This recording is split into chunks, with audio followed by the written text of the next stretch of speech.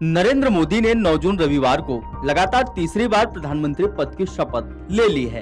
अपने पिछले 2 कार्यकाल के दौरान उन्होंने पूर्ण गठबंधन वाली सरकार चलाई थी। इस बार वो गठबंधन सरकार यानी कि एनडीए का नेतृत्व करेंगे। अब सरकार गठबंधन की है तो केंद्रीय मंत्रिपरिषद में सहयोगी दलों को भी प्रतिनिधित्व देना ही पड़ेगा। इसे लेकर भाजपा और एनडीए में शामिल अन्य दलों के बीच सब कुछ तय हो गया है। एनडीए में भाजपा के बाद टीडीपी और जेडीयू सबसे बड़े दल हैं। टीडीपी के 16 तो जदयू के 12 सांसद हैं। एक तरह से कह सकते हैं कि इन दोनों दलों के सहयोग के बिना एनडीए के लिए केंद्र में सरकार बनाना मुश्किल होता। टीडीपी और जेडीयू इस चुनाव में किंग मेकर बनकर उभरे हैं, तो ये दोनों दल केंद्र में मंत्रालय भी बड़ा चाहते हैं। लेकिन भाजपा ने दृढ़ता से अपनी बात रखते हुए सहयोगी दलों से कहा है कि वो गठबंधन धर्म निभाएगी, लेकिन सिर झुकाकर सरकार नहीं चलाएगी। शायद इसलिए भाजपा ने कैबिनेट कमेटी ऑन सिक्योरिटी से जुड़े चारों मंत्रालय अपने पास रखने का फैसला किया है। ये चारों मंत्रालय हैं गृह, रक्षा, वित्त और विदेश। किसी भी पार्टी के लिए एक मजबूत सरकार के लिए इन चारों मंत्रालयों पर उसका कंट्रोल होना बहुत जरूरी होता है।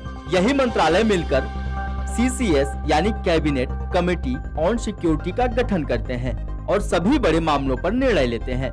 कैबिनेट कमेटी ऑन सिक्योरिटी केंद्रीय मंत्रिमंडल की सुरक्षा संबंधी समिति है। सुरक्षा के मामलों पर निर्णय लेने वाली देश की सर्वोच्च संस्था होती है। प्रधानमंत्री इस कमेटी के अध्यक्ष होते हैं और गृह मंत्री, वित्त मंत्री, रक्षा मंत्री और विदेश मंत्री इसके सदस्य। देश की सुरक्षा संबंधी सभी मुद्दों से जुड़े मामलों में अंतिम निर्णय कैबिनेट कमेटी ऑन सिक्योरिटी का ही होता है। इसके अलावा कानून एवं व्यवस्था और आंतरिक सुरक्षा से संबंधित मुद्दों पर भी सीसीएस ही अंतिम निर्णय लेता है। ऐसी खबरें सामने आई हैं कि नीतीश कुमार और चंद्रबाबू नायडू गृह, रक्षा और वित्त और विदेश मंत्रालय में किसी एक की जिम्मेदारी चाह रहे थे, लेकिन भाजपा ने इससे साफ इनकार कर दिया, क्योंकि ये चारों कैबिनेट के सबसे महत्वपूर्ण पोर्टफोलियो हैं।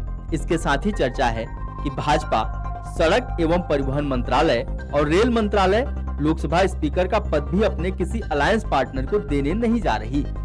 इसके पीछे एकमात्र कारण यही है कि गठबंधन सरकार होने के बावजूद बीजेपी कहीं से भी यह नहीं चाहती कि पीएम मोदी को आगे चलकर बड़े नीतिगत मामलों में निर्णय लेने के लिए अपने अलायंस पार्टनरों पर निर्भर होना पड़े। वीडियो डेस्क अमरउजाला.com। अगर आप ये वीडियो YouTube पर देख रहे हैं तो हमारे चैनल को सब्सक्राइब करें और बेल आइकन को दबाना ना भूलें। अगर आप Facebook पर ये वीडियो देख रहे हैं तो हमारे पेज को लाइक करें। अगर आप ये वीडियो YouTube पर देख रहे हैं तो हमारे चैनल को सब्सक्राइब करें और बेल आइकन को दबाना ना भूलें। अगर आप Facebook पर ये वीडियो देख रहे हैं तो हमारे पेज को लाइक करें।